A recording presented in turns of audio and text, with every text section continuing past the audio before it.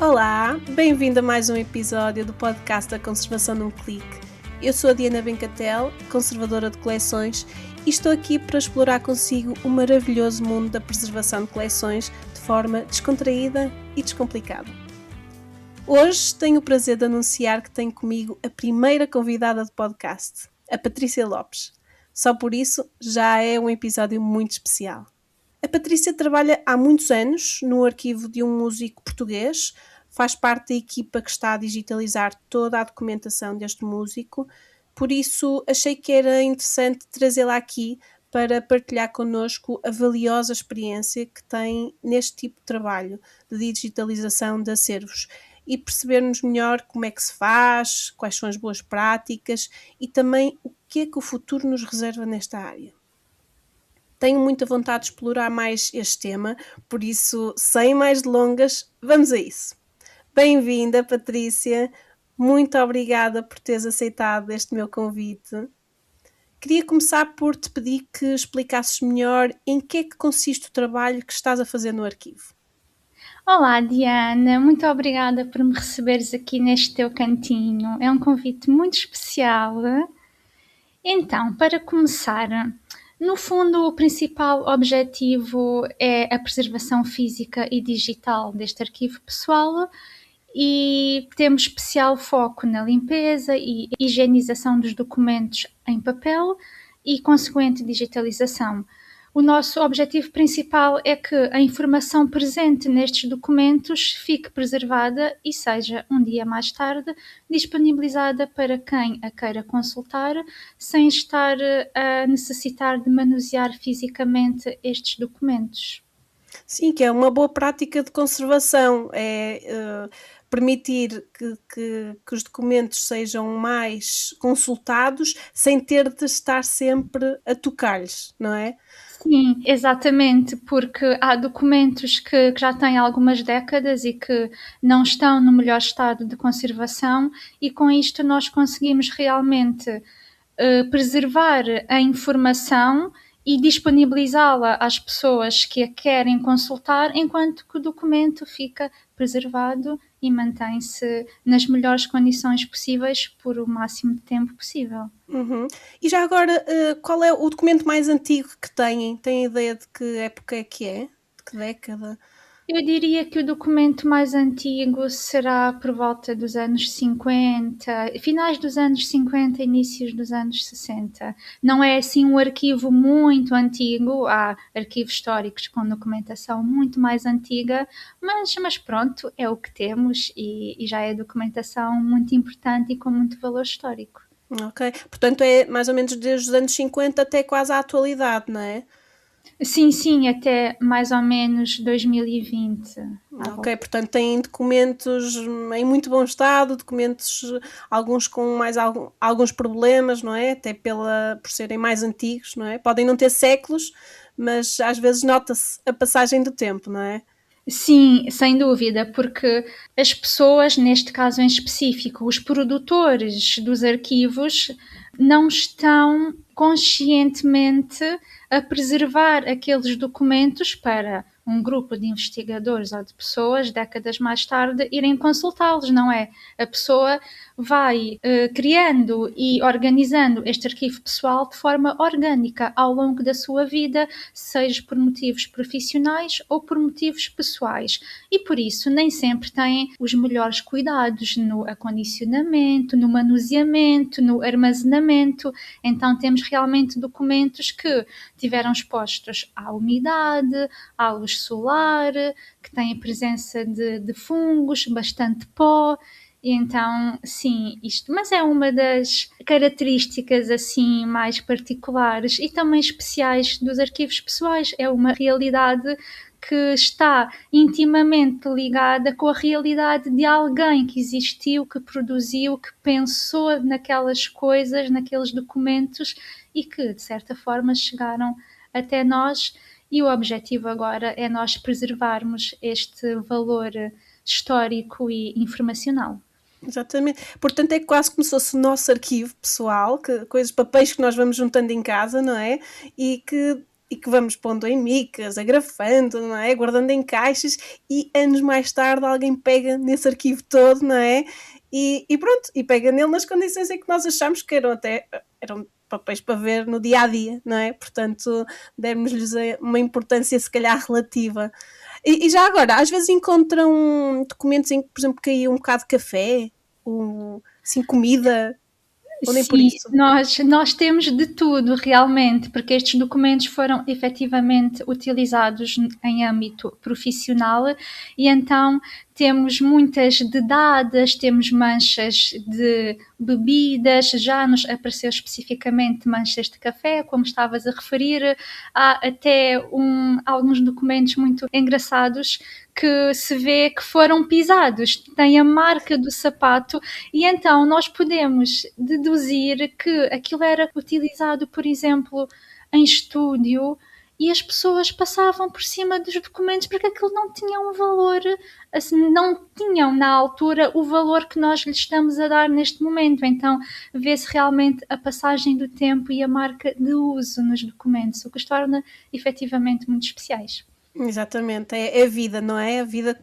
em que aqueles documentos participaram, não é? Tiveram uma participação bastante ativa. Olha, queria-te perguntar, em relação à digitalização, como é que fazes a digitalização dos documentos na prática? E se puderes também partilhar alguns cuidados que convém ter quando se faz este tipo de trabalho de digitalização, acho que podia ser útil.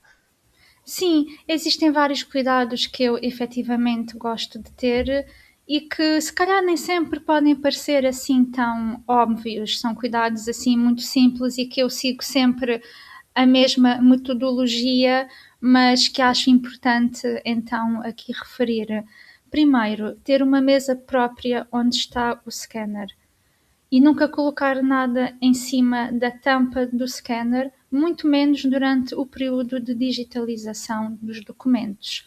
Depois, ter muito cuidado para, durante cada digitalização, não abanarmos a mesa nem o scanner, porque isso vai afetar a qualidade da imagem que está a ser gerada.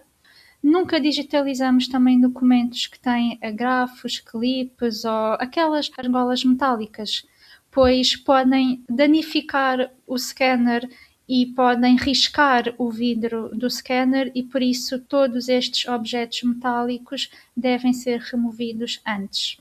Neste seguimento, deve-se também efetuar uma higienização dos documentos antes da digitalização, porque os documentos têm sempre vestígios de sujidade, de pó, daqueles fungos inativos que eu referi há pouco.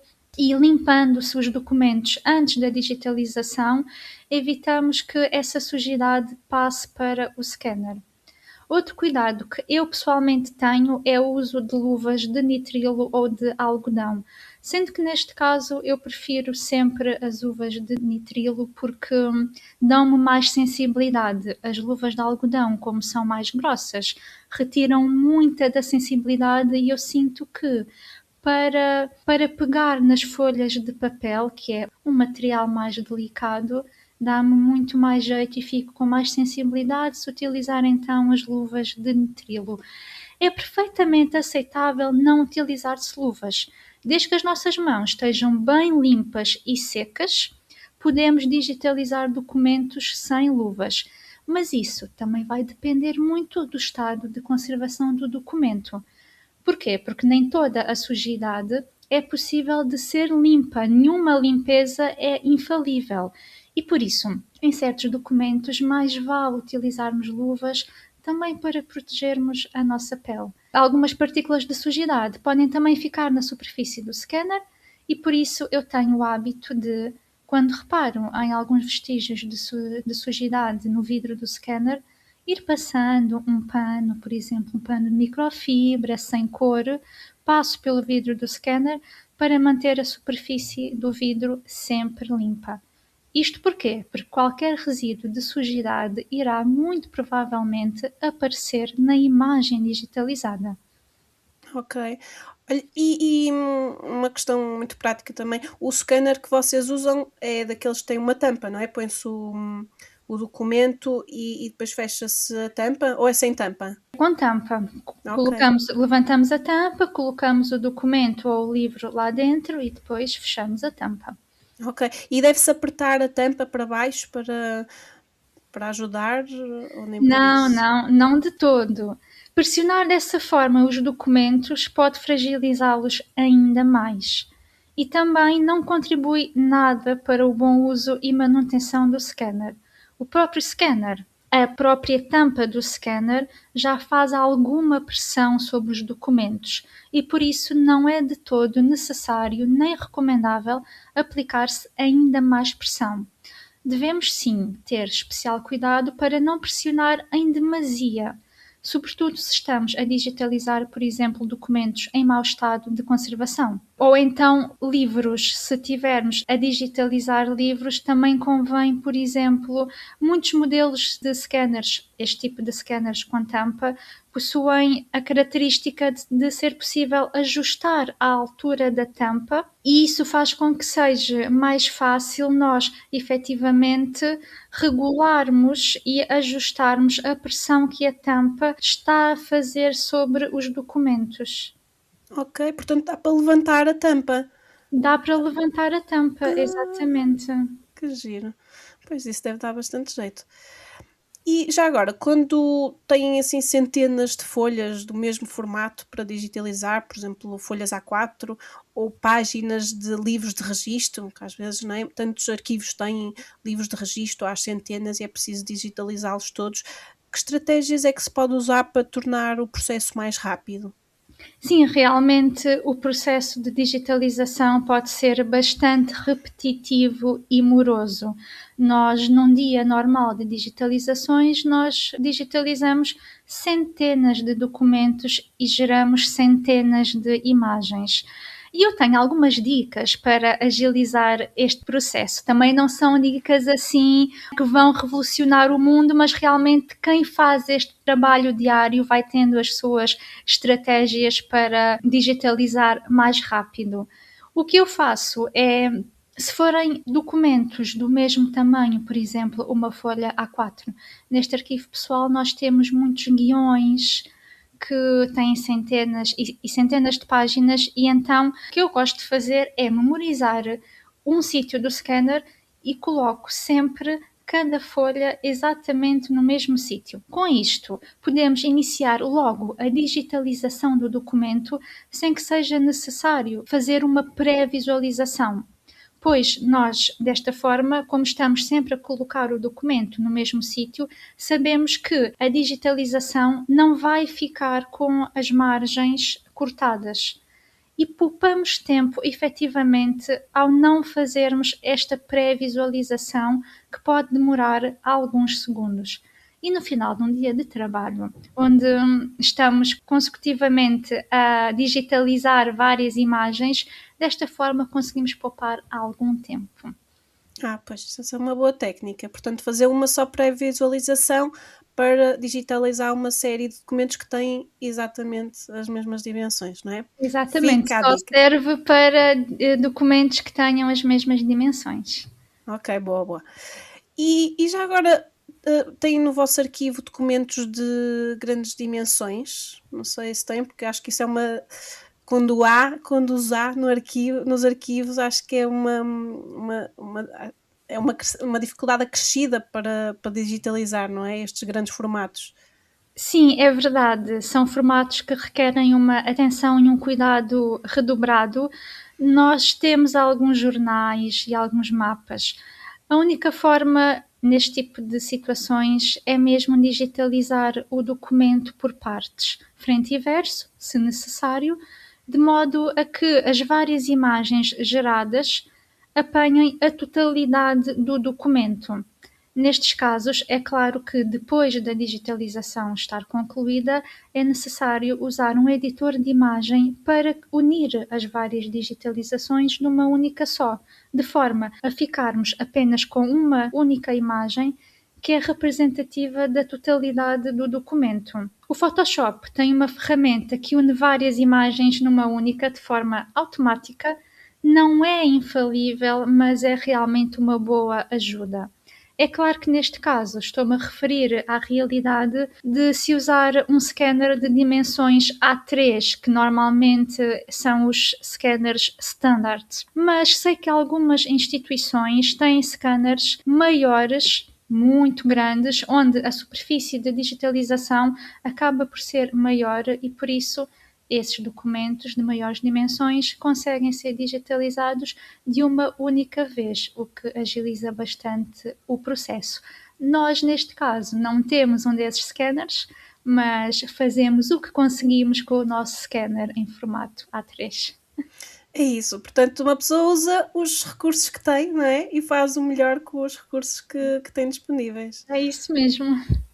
E já agora, aparecem-vos às vezes documentos com formatos diferentes, pouco vulgares? Sim, já nos aconteceu, por exemplo, neste arquivo pessoal nós temos muitos casos de folhas de partitura que estão assim coladas umas às outras na horizontal, que servia basicamente para se consultar a partitura toda de forma sequencial, sem termos que estar a mudar cada página. E são documentos que podem ter muito comprimento, porque são 5, 6, 7 folhas A4, todas coladas na horizontal. Nestes casos, eu arranjei uma estratégia talvez pouco ortodoxa, mas que resulta, Diana, e é isso que importa. Então, para que as folhas não fiquem a pender do scanner para fora da mesa e para também evitar que eu, por exemplo, tenha que ficar a segurar nas folhas no ar, o que também não dá assim muito jeito, o que é que nós fazemos? Nós colocamos um daqueles módulos arquivadores de gavetas que se usa por debaixo das secretárias, sabes? Sim. Colocamos esses módulos ao lado da mesa do scanner e desta forma nós conseguimos aumentar a superfície onde as folhas vão assentar.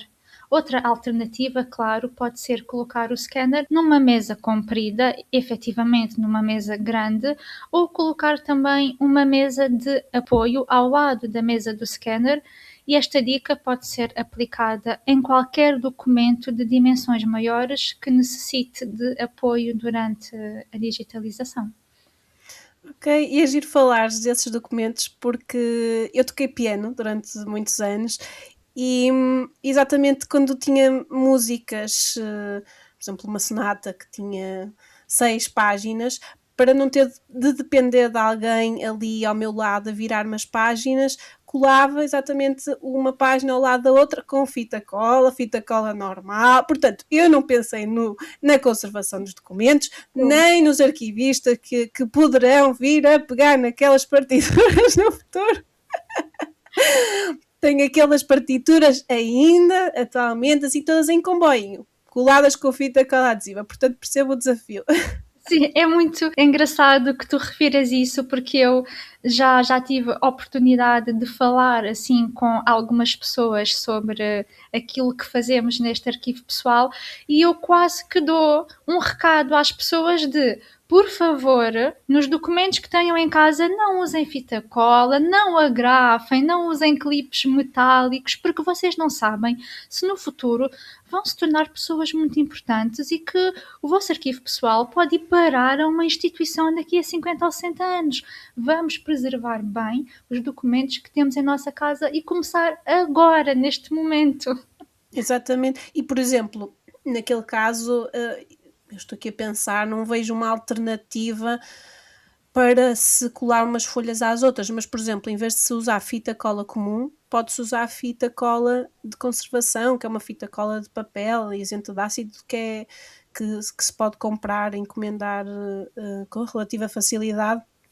A questão é que quando uma pessoa não está neste meio do património, muitas vezes nem sabe que isso existe, não é? Exato. Portanto, é natural que as pessoas usem o que está ali à mão e que conhecem, não é? Portanto, nesses casos, olha, estamos cá nós depois para tratar, não é? Para remediar o melhor possível essas situações. Exatamente, nós, claro, é nossa função agora remediar essas situações, mas também eu sinto que é quase um objetivo pessoal, é começar já a alertar as pessoas à minha volta para estimarem os seus documentos, porque nunca sabemos o futuro. Exatamente, sensibilizar quem está à nossa Sensibilizar. volta, não é? Dar-lhes informação e elas depois fazem o que acharem melhor. Mas sim, às vezes não fazem melhor por não saberem mesmo. Sim. E pode estar nas nossas mãos ajudar os arquivistas e os conservadores do futuro, não é? É isso mesmo. Nós tentamos, não é, Diana? Exatamente, estamos a dar o nosso melhor. Olha, entrando aqui também por questões um bocadinho mais técnicas, que resolução aconselhas para as imagens que se obtêm com a digitalização dos documentos? Olha, por norma, nós digitalizamos a 300 dpi. É a resolução que é recomendada pelas normas arquivísticas. Para documentos normais, se estivermos a digitalizar fotografias ou documentos em mau estado de conservação, onde, por exemplo, a tinta já está a desvanecer, então aí o recomendado é digitalizar-se a 600 dpi. E por isso, ao digitalizarmos a uma resolução mais alta, vamos também conseguir recuperar mais informação desses documentos. Ok. E em termos de formato de ficheiro, o que é que se deve escolher? Olha, nós digitalizamos sempre em formato TIFF, sem qualquer tipo de compressão. Também seguimos as normas que são recomendadas para estes casos. Editamos as imagens também em TIFF e só depois da edição das imagens é que convertemos para PDF, JPEG, o que for necessário. Caso sejam documentos impressos, consideramos aplicar OCR para tornar a informação pesquisável. Esta acaba por ser uma boa medida caso se pense em disponibilizar esses documentos no futuro, o que vai fazer com que a consulta desses documentos seja efetivamente mais vantajosa para os utilizadores, pois podem fazer a pesquisa por caracteres através do OCR. Portanto, OCR é uma coisa que ajuda a que o documento seja pesquisável. Procuraste, por exemplo, uma palavra no documento, é isso? Sim, exatamente. Ele vai reconhecer as palavras e as letras que estão no documento, é por isso que resulta melhor em documentos impressos, porque no caso dos documentos manuscritos, cada pessoa tem o seu tipo de letra e às vezes escreve muito rápido e então o OCR não costuma resultar nada bem para documentos manuscritos. Mas para documentos impressos que foram gerados através de um computador, conhece muito bem quais são as palavras que lá estão e nós depois podemos, no próprio documento, pesquisar as palavras-chave que necessitamos, podemos selecionar o texto, inclusivamente podemos copiar e colar noutro documento, caso seja necessário. E só dá para documentos feitos a partir de computador ou, por exemplo, também escritos à máquina de escrever? Inscritos à máquina, se usarmos programas de OCR bons, e os muito bons são pagos, mas conseguem reconhecer muitas das palavras que lá estão. Sim, realmente, mas pronto, se for um documento, entre aspas, digital ou que esteja digitalizado, mas que tenha sido feito num computador, a correspondência acaba por ser quase a 100%. Portanto, começa por estar em formato TIFF, depois passa-se para PDF ou JPEG, se calhar também de acordo com a utilização que se quer ter do ficheiro digital, não é? Exato. E naqueles documentos em PDF que se pretenda e que seja o texto, não é? Seja impresso e possibilite uma pesquisa, aplica-se os OCRs com um programa específico, não é? Sim, Ok. neste caso, sim. Ok. Isso mesmo.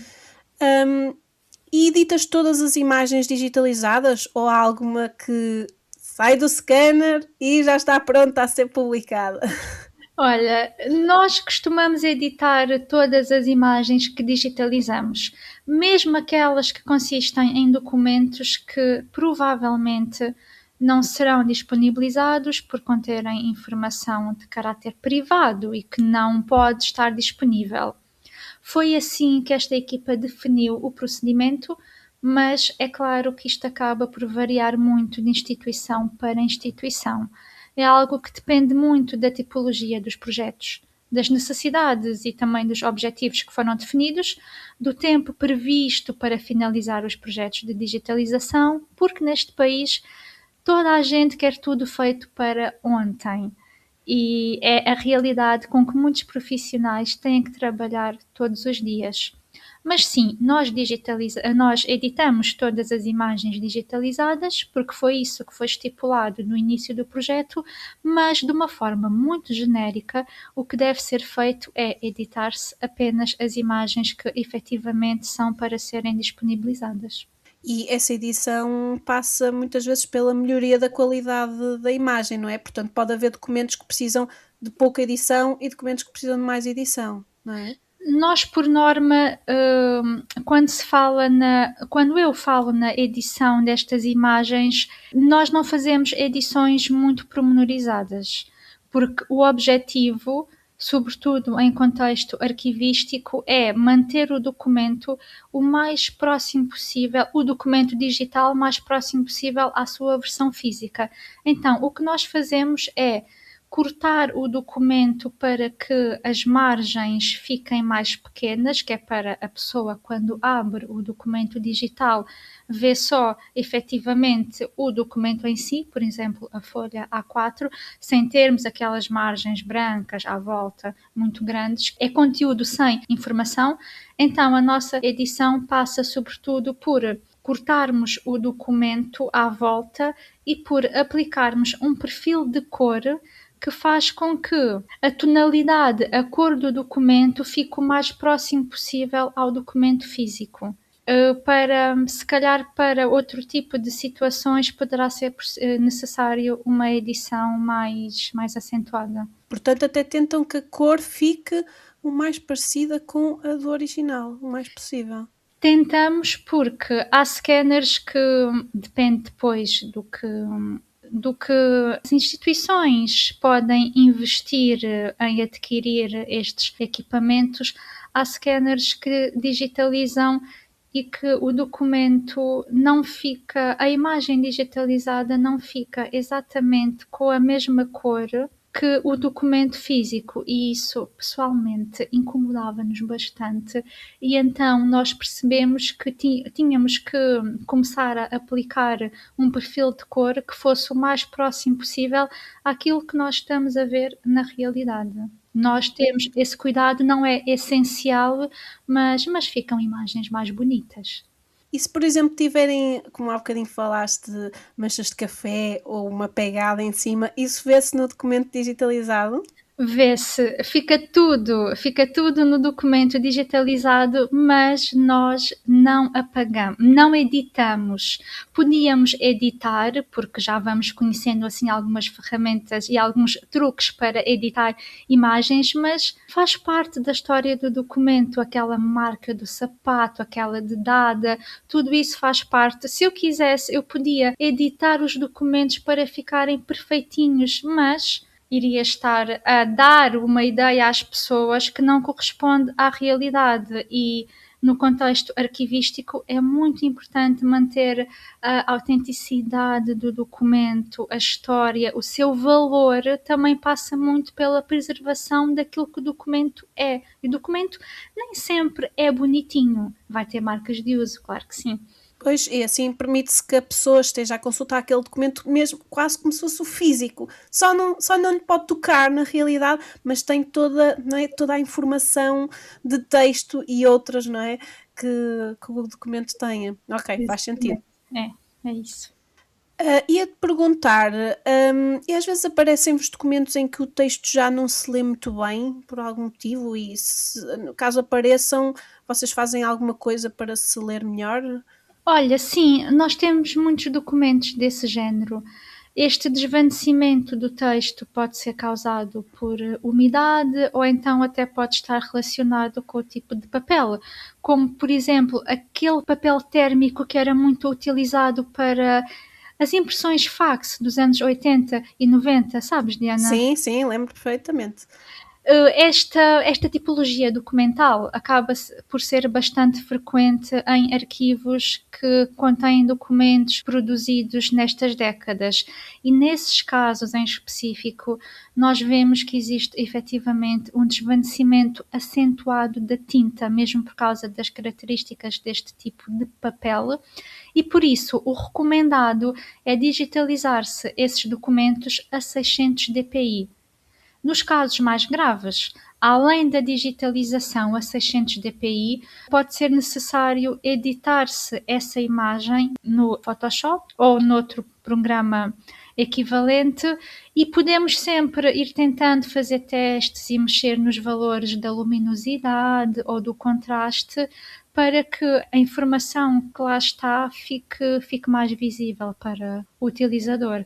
Mas nunca mudar completamente o aspecto do documento, é ter sempre muito cuidado para melhorar só até um certo ponto. Efetivamente não estamos a querer embelezar o documento, mas sim tornar a informação mais visível. É só isso. Ok, então mexem sobretudo a nível da luminosidade e do contraste, não é? Sim, é o suficiente.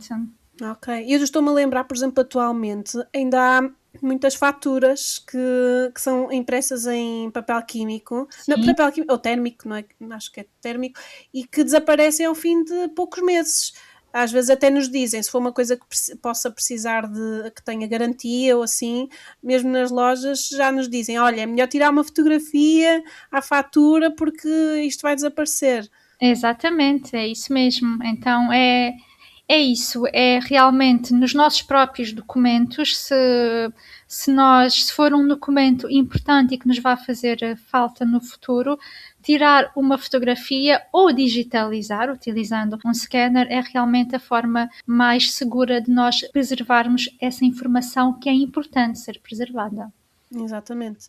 E já que estamos a falar de edição, portanto, recomendas algum programa de edição específico ou mais que um que seja fácil de usar?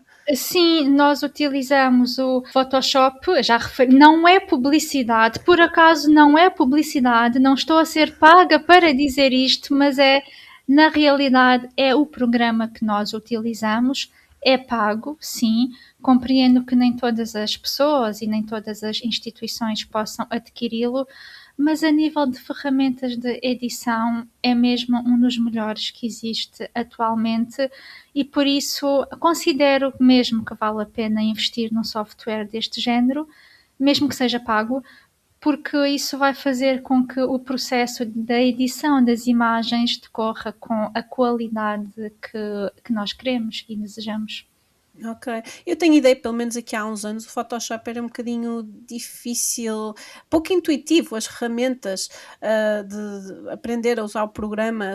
Tens ideia se agora é mais fácil ou se é preciso quase tirar um pequenino curso para, para conseguir trabalhar no Photoshop? Não é o programa mais intuitivo e mais fácil de sempre, mas, Diana, quando tu já estás habituada e quando tens que editar centenas e centenas ou milhares de imagens, depois aquilo torna-se muito, muito fácil. Claro que tem uma curva de aprendizagem, mas não é nada assim do outro mundo e qualquer pessoa está perfeitamente apta para começar a usar. E há muitos tutoriais no YouTube, por exemplo, que explicam como fazer edições, até as edições mais básicas, portanto, não tem que ser impedimento para efetivamente se editar bem as nossas imagens. Ok. E só há a versão paga do Photoshop? Ou há Eu alguma acho versão que gratuita? quando tu instalas deverá dar 1 ou 2 meses grátis, mas depois passa à versão paga, portanto. Ok. Por acaso se conhece algum programa gratuito que desse para desenrascar? Há alguém que não possa pagar mesmo? Sim, há um programa que eu utilizei durante muitos anos, por acaso, que se chama GIMP. É Uhum. muito equivalente ao Photoshop, mas lá está. Há certas ferramentas que não são tão aguçadas e não vão fazer exatamente as mesmas coisas que as ferramentas do Photoshop fazem. Basicamente, para nós cortarmos os cantos das imagens, serve perfeitamente. Mas se quisermos então mexer na luminosidade, no contraste, essas ferramentas no Photoshop, na minha opinião, têm mais qualidade e ficam depois mais bonitas. Ok, é bom saber. E já agora, como é que guardam os ficheiros digitais, portanto, as digitalizações, para garantir que não se perdem? Olha, isso é uma pergunta muito importante, porque depois de um dia intenso de digitalizações, onde provavelmente nós geramos centenas de imagens digitais, é mesmo muito importante fazer-se sempre backup das versões RAW das digitalizações. Isto porquê? E muita gente não pensa sequer nisso, nem vai ter este tipo de cuidado. O computador onde as imagens estão guardadas pode avariar. É improvável, eu sei, mas é assim, azares acontecem e no trabalho com arquivos temos sempre de fazer esta gestão de riscos para tudo, para quase tudo. Pensar que pode haver inundações, a exposição solar, a temperatura, tudo. Temos sempre que estar a fazer uma constante gestão de riscos. E perder-se um dia inteiro de trabalho não é de todo agradável. Por isso, de preferência, devemos fazer sempre 2 cópias das imagens digitais e armazená-las em dispositivos diferentes, em locais diferentes. É também altamente recomendado que um desses dispositivos, basta isso, seja um disco externo duplo que tenha espelhamento para redundância dos dados.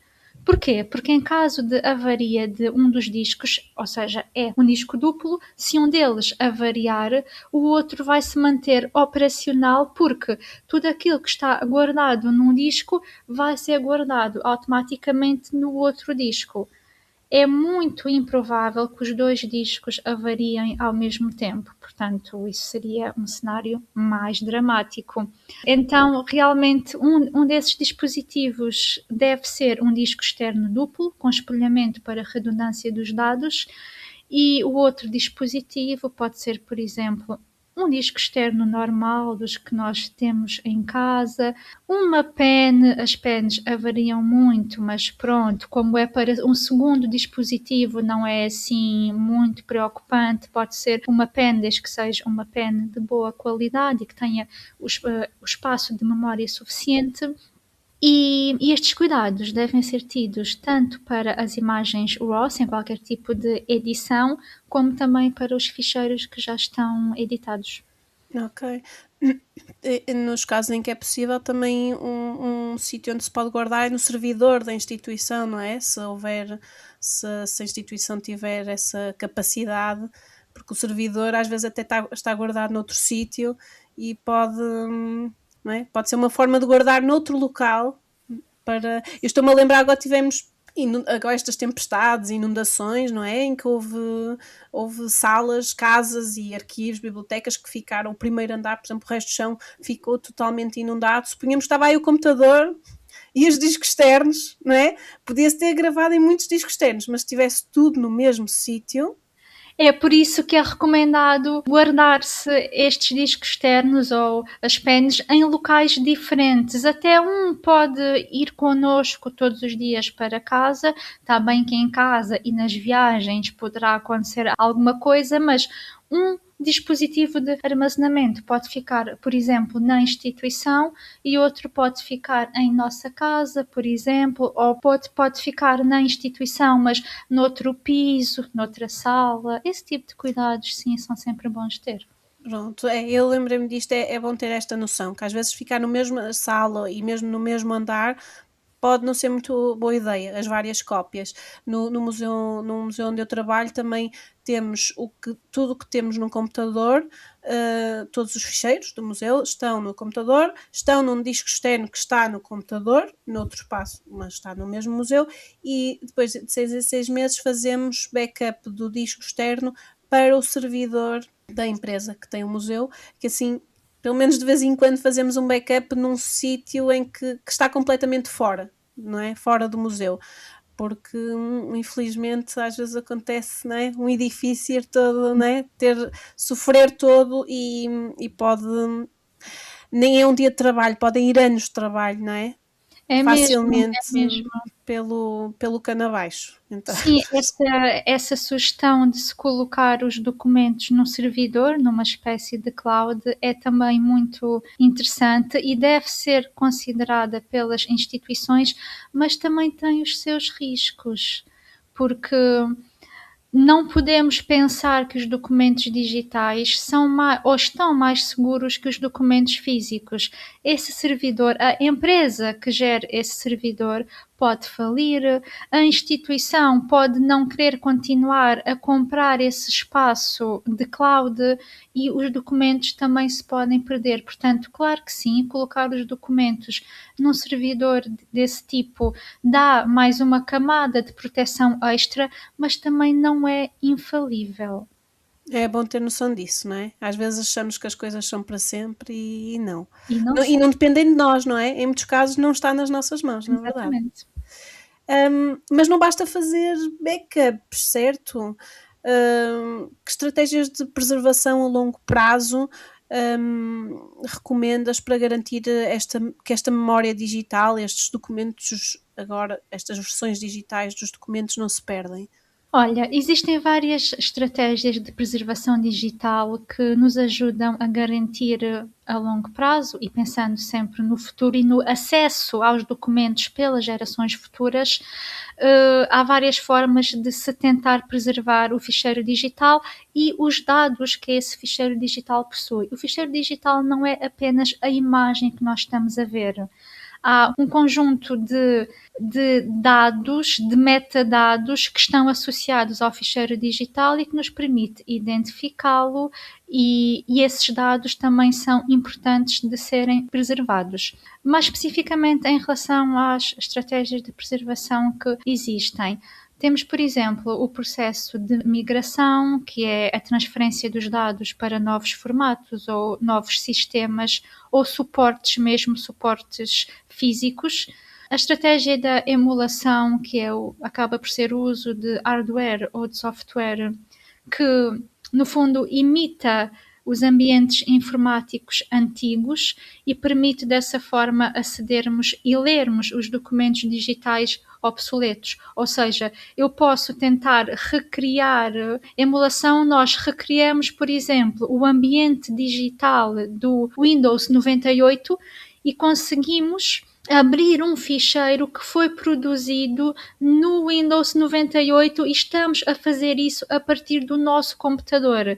É isso que significa a emulação E já digital. agora, como é que isso faz? É preciso instalar alguma coisa para se conseguir? Instala-se um software que vai simular, no fundo é como se nós no nosso computador entrássemos no ambiente do Windows 98 ou 96 ou... É como se voltássemos a instalar quase esse Sim. sistema, não é? De uma forma assim mais temporária e ok, isso é É. giro.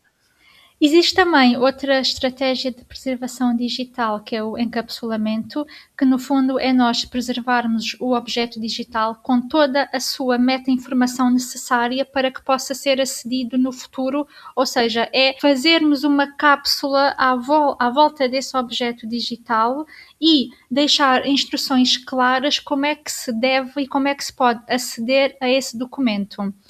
E, no fundo, todos estes processos tentam contornar uma possível obsolescência tecnológica. Isto porque não serve de nada nós estarmos a produzir cópias sobre cópias do mesmo documento e ocupando espaço digital sem que efetivamente exista um plano estratégico e que considere a sua preservação eficaz ao longo do tempo e que assegure também o acesso a esses documentos. No fundo, com a preservação digital, o que nós tentamos fazer é garantir que as gerações futuras consigam aceder aos nossos documentos em equipamentos tecnológicos que ainda nem sequer existem, porque uma pessoa que vai aceder a um documento nosso daqui a 50 anos vai fazê-lo num computador que ainda não existe sequer no mundo. E então a preservação digital tenta ter tudo isso em consideração. Pois basta lembrarmos das antigas disquetes, não é? Que mesmo que nós tenhamos ainda disquetes e que esteja lá a informação, a maior parte dos nossos computadores já não tem um leitor de disquetes. não é? Portanto, para já se calhar precisávamos de arranjar um leitor de disquetes e depois se calhar se houver, arranjar software, não é? Que simulasse para se conseguir abrir, não é? E se tiver meta-informação que ajude. Vocês já agora, para algumas pessoas que nos estão a ouvir podem não saber o que é meta-informação, podes fazer assim um resumo do que é meta-informação? A meta-informação, no fundo, é nós produzirmos informação sobre a informação. Imagina, eu tenho um documento que é uma ata de uma reunião e eu abro esse documento, é um documento digital que já foi feito no Word e o documento tem a informação escrita da ata da reunião. Essa é a informação do documento. A meta-informação vai ser os dados que o ficheiro digital possui, quando foi criado, por quem, se nós quisermos, em que contexto, para que finalidade, tudo isso, que tipo de sistemas, softwares, hardwares são necessários para nós vermos aquele documento, tudo isso acaba por ser a meta-informação, é informação sobre informação. Pois eu estou-me a lembrar, por exemplo, em qualquer documento que nós tenhamos no computador, se carregarmos no botão direito do rato e formos às propriedades do documento, tem uma série de informações, quando é que foi criado, quando é que foi modificado a última vez, quem é que o criou e assim. Portanto, se calhar em muitas situações o próprio computador, o próprio software já cria um documento com meta-informação, não é? Mas vocês, em relação, por exemplo, às digitalizações, vocês criam meta-informação propositadamente? Sim, em contexto arquivístico é muito importante nós criarmos meta-informação que não passa só por contar com toda aquela informação que acaba por ser gerada automaticamente quando se cria um documento digital. A meta-informação pode ser gerida de forma mais aprofundada e mais correta, utilizando, por exemplo, um software de descrição arquivística que nos vai permitir descrever aquele documento arquivisticamente e darmos todas as informações que são necessárias sobre aquele documento. E isso sim acaba por ficar preservado e ser também meta-informação. Ok. Claro que estas estratégias de preservação digital necessitam imperativamente de apoio institucional, apoio técnico, apoio financeiro, Sim. que muitas vezes não é sequer tido em conta pelas chefias das instituições. Idealmente, deviam ser levadas a cabo por equipas que sejam multidisciplinares, que juntem vários profissionais, como arquivistas, profissionais das humanidades digitais, ou até mesmo curadores digitais, profissionais das tecnologias de informação. Isso é o cenário ideal para este tipo de projetos de preservação digital, mas é uma realidade que, infelizmente, está bastante longe de ser aplicada no nosso país. E o que temos neste momento são equipas com os profissionais possíveis que vão fazendo o que podem com os conhecimentos que possuem. Exato. E olha, e é por isso que também estamos a ter esta conversa, para pessoas que tenham de fazer este trabalho, mas não tenham formação para isso, não é? Formação muito aprofundada, mas precisem de algumas, não é? Mais algumas orientações sobre como podem fazê-lo e de forma mais correta possível, com os recursos que têm. Pronto, pode ser que tenham aqui algumas estratégias que possam ajudar, não é? Queria-te perguntar, achas que os documentos digitais são mais vulneráveis em termos de autenticidade e risco de alteração ou corrupção do que os documentos físicos? Sim, sem dúvida. Acabam por ser alvo de maior vulnerabilidade, pois são mais facilmente alterados ou corrompidos. Qualquer pessoa, se quiser, pode chegar ao nosso computador e mudar um documento Word que nós tivemos a editar. Portanto, nisso, sim, os documentos digitais são efetivamente mais vulneráveis. Esta vulnerabilidade pode colocar em causa o valor legal, o valor histórico ou até mesmo o valor probatório desses documentos. Portanto, é uma questão que deve ser pensada e deve ser analisada pelas instituições.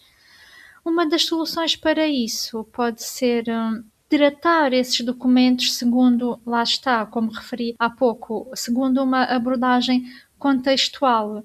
na qual é importante percebermos que o documento digital não depende só do ficheiro em si, mas também de todo o seu contexto de criação, de uso, de gestão, quem o criou, quando, para quê, em que sistemas informáticos, com que recurso a quais softwares, com que normas.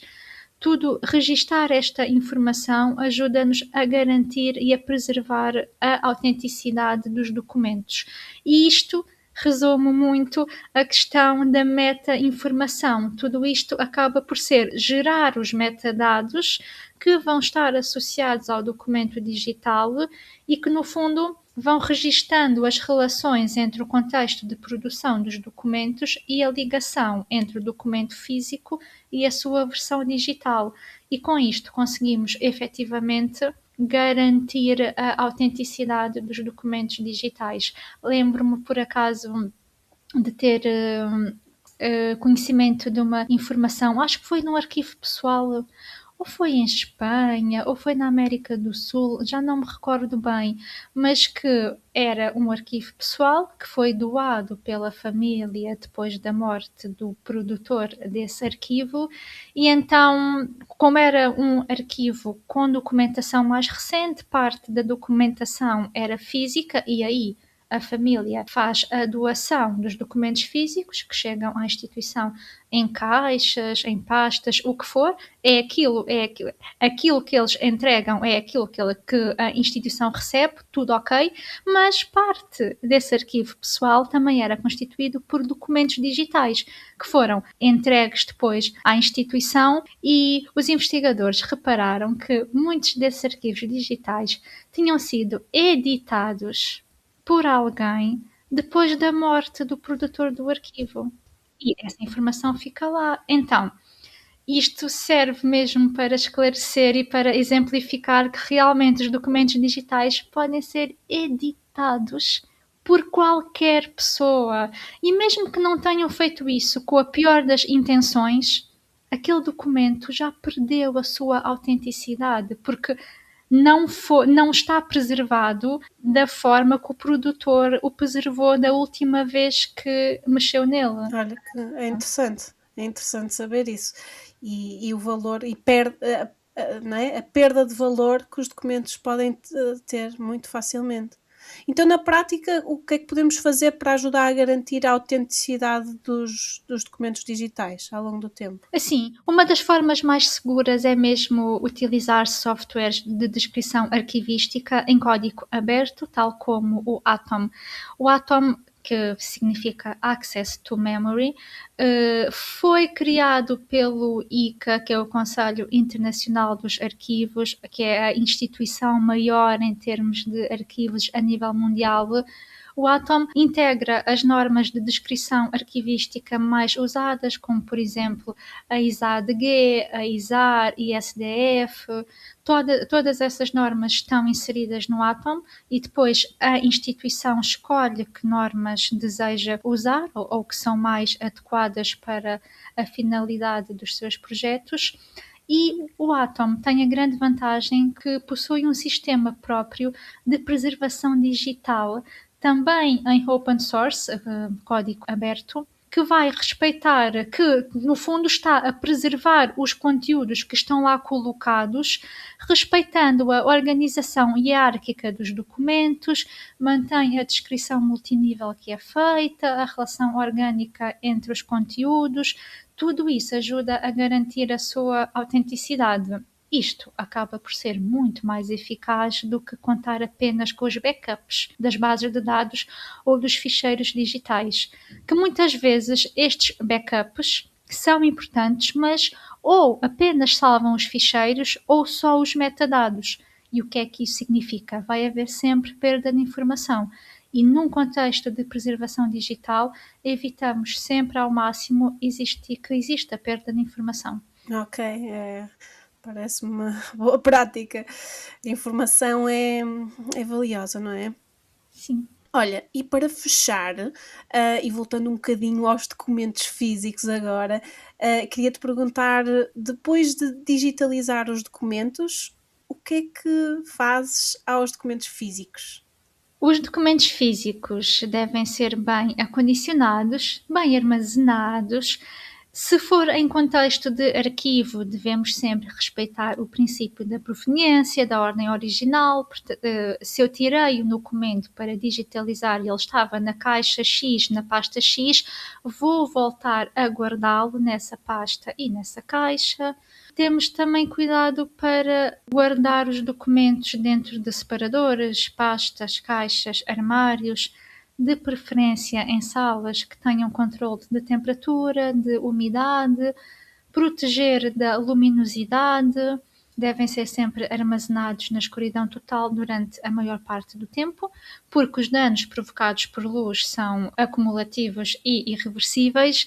Portanto, estas são, no fundo, as condições ideais para qualquer acervo ou coleção. É claro que nem sempre é possível alcançar estes valores, mas nestes casos o mais importante acaba por ser manter estes valores de umidade, de temperatura, tentar mantê-los o mais estável possível ao longo do tempo. E eu sei que esta é também uma dica que tu costumas partilhar muito com os teus alunos e com as pessoas que te seguem. Muito bem, exatamente. Olha, gostei muito de te ouvir dizer isto. É isso mesmo. Toda a gente que lida com documentos ou livros ou outros tipos de coleções é muito importante terem em consideração os cuidados a ter com o ambiente em que estão as coleções, não é? E no caso de documentos, é muito importante estarem a maior parte do tempo na escuridão, como disseste, e muito bem, porque a luz danifica e é sempre a piorar. Portanto, se conseguir ter num espaço dentro de um armário, dentro de uma caixa, é o ideal. E em relação à temperatura e à umidade relativa, é isso. Há valores ideais, mas mesmo que não se consiga os ideais, é mantê-los o mais estáveis possível e assim vamos ajudar a que esses documentos durem mais tempo. Não deitam documentos fora, certo? Não deitamos documentos fora. Nos arquivos pessoais não é uma prática de todo recomendada, porque nós estamos a querer preservar a integridade daquele arquivo pessoal. Porém, o abate de documentos é considerado sobretudo em casos de arquivos institucionais, porque é tanta a informação que é produzida que acaba por não ser possível guardar tudo, quer seja documentação digital ou documentação física. O nosso espaço é sempre limitado. Pois é isso, é uma ideia que eu também percebi há pouco tempo, que nós achamos que guardar as coisas nos servidores e nas clouds, que o espaço é ilimitado, mas é limitado, não é? E os próprios servidores, os servidores são máquinas que estão a ocupar espaço e a gastar recursos. Exatamente. É espaço que não é limitado, que é caro. As instituições pagam muito dinheiro para manter esse espaço digital e são grandes máquinas que realmente gastam muitos recursos naturais e cada vez mais temos que ter atenção que guardar documentos digitais tem impacto ambiental. Também guardar documentos físicos, é claro que sim, não é de todo sustentável para muitas instituições ter sempre o ar-condicionado ligado, por exemplo, para manter os valores de temperatura ideais. Portanto, quer tenhamos documentação física ou digital, é muito importante pensarmos no impacto ambiental e tentarmos optar por medidas que sejam mais sustentáveis e que tenham isto tudo em consideração. Ok, acho que fechamos muito bem. A pensar no ambiente, não é? No nosso mundo, não basta só preservar os nossos arquivos, as nossas bibliotecas, as nossas coleções e as versões digitais dessas coleções. É preciso pensarmos no ambiente em que vivemos e que se nós não preservarmos o mundo em que vivemos, não vai haver coleção que interesse. Exatamente, não é? É isso. Portanto, temos de preservar tudo. É isso mesmo. E chegamos ao fim da nossa conversa. Muito obrigada, Patrícia, por tudo o que partilhaste connosco. Obrigada eu, Diana, muito obrigada. Sinto que já estou um bocadinho mais pronta para embarcar num processo de digitalização, mas acho que ia precisar de bastante ajuda. Estas questões técnicas dão-me assim um bocadinho a volta à cabeça. Acho que precisava de tirar assim um curso, um pequeno curso, ou grande, não sei, para conseguir avançar assim com segurança. Mas é bom saber que há quem saiba fazer isso, portanto, recorremos a quem sabe, não é verdade? Obrigada a si por ter ouvido este episódio. Se gostou, partilhe o episódio com algum colega ou amigo que esteja a digitalizar ou que queira embarcar nesta aventura de digitalização de documentos e subscreva o podcast na sua plataforma de podcasts favorita para garantir que não perde nenhum dos próximos episódios.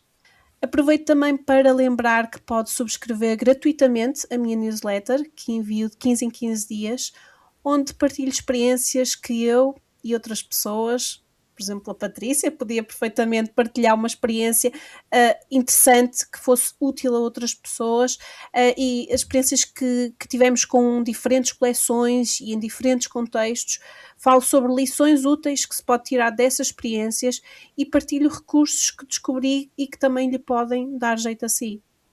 Sinto que faz todo sentido partilhar isto consigo em vez de guardar só para mim, porque juntos temos um impacto positivo muito maior na preservação do património, seja numa instituição, seja em nossas casas.